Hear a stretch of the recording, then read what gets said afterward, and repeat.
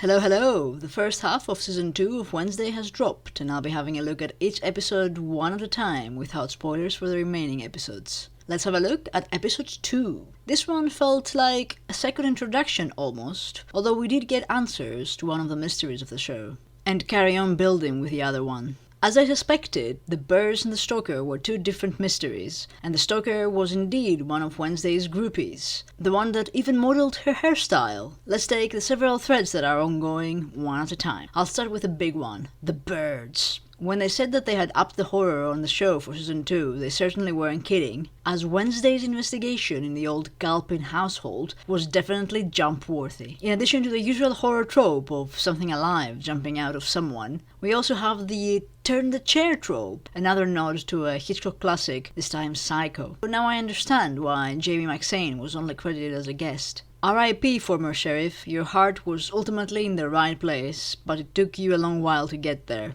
We get another piece of the puzzle when Professor Orlov tells Wednesday that Nevermore hasn't had a student that could control birds for 10 years. They're called avians, by the way. So, what are we looking for? Someone who is 20-something or 30?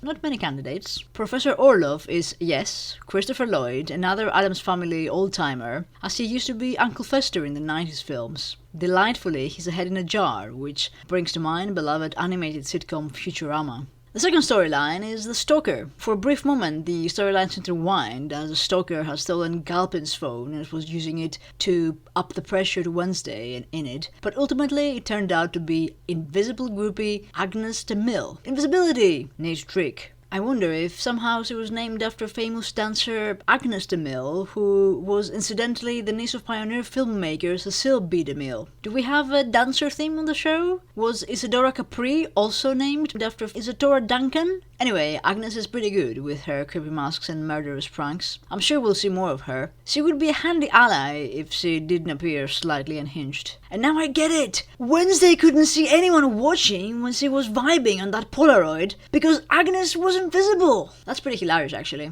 Handily, Agnes delivers Wednesday Galpin's phone. That should offer a few hints on the birds storyline. For the third storyline, we have the zombie Wednesday's weird brother resurrected in order to find a friend. He is indeed the old Caliban Hall student from Ajax's tale, but he's not as amenable as Pugsley thought he'd be, and by the end of the episode he's moved on from honey and weird sandwiches to humans. Maybe looking for a new brain? Man, Jericho must have the highest murder rate per capita in America. I wonder if the zombie storyline will also be resolved as quickly as the stalker storyline, and we'll be jumping from mystery to mystery like that in the season. Our fourth storyline, this show sure is busy, is Wednesday visiting Tyler at the psychiatric facility. It's very much a setting up scene, with Tyler suggesting to Wednesday that she sensed the monster in him and that's why she liked him, and Wednesday wishing him ill and insulting, among other things, his looks. To which I call bullshit, Wednesday. I don't think we've learned anything significant from it. Maybe that there might be still a connection between Tyler and Laura Gates,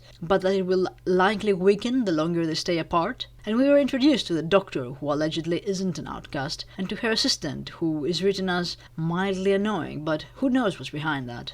The fifth storyline, which is not even the last one, is about Wednesday losing her psychic abilities. I like this one. It was a bit of a cheat code for the show to have Wednesday vibing on solutions, and it means that Wednesday has to work harder to solve the evolving mysteries and prevent Enid's impending demise. It involves Morticia, and their mother-daughter relationship is probably the most interesting relationship on the show, and it yet again pokes into the Addams' past with the mysterious Ophelia Frump, which is really interesting. Finally, Dort is upping his efforts at crowdfunding by manipulating Bianca, who in turn manipulates Morticia using her siren song. Poor Bianca. But it means that we will get Grandmama Joanna Lumley and that sumptuous-looking gala that we saw at the trailer, so I'm not complaining. I leave you with some random tangents. The dead PI from the first episode, Sheriff Galpin's old partner, was called Carl Bradbury. I wonder if that's a nod to fantasy and horror writer Ray Bradbury. The tower that Agnes used for her prank does appear to be the tower that the Caliban Hall boy blew up in his experiment. It's called the Iago Tower, and should be named after the betraying villain in Shakespeare's Othello. I mean, the whole school has a Shakespeare theme, so it makes sense. Or maybe the tower is named after Iago the parrot in Aladdin? Is Gomez Adams using the Wednesday font for his business card? All the Adamses forgot the thing's birthday, with the exception of Fuster, leading him to binge drinking, which perplexes even Enid. It was prank day at Nevermore, and I can't think of nothing worse than prank, so I definitely don't approve. Bianca's what the fuck face deserves an Emmy. And the weird alive foods of Addams family lore are being served in the redecorated Rotwood cottage. I can't say I'm a fan of that either. And that's it from me today. If you enjoyed the video, please consider liking or subscribing. As always, thanks for watching.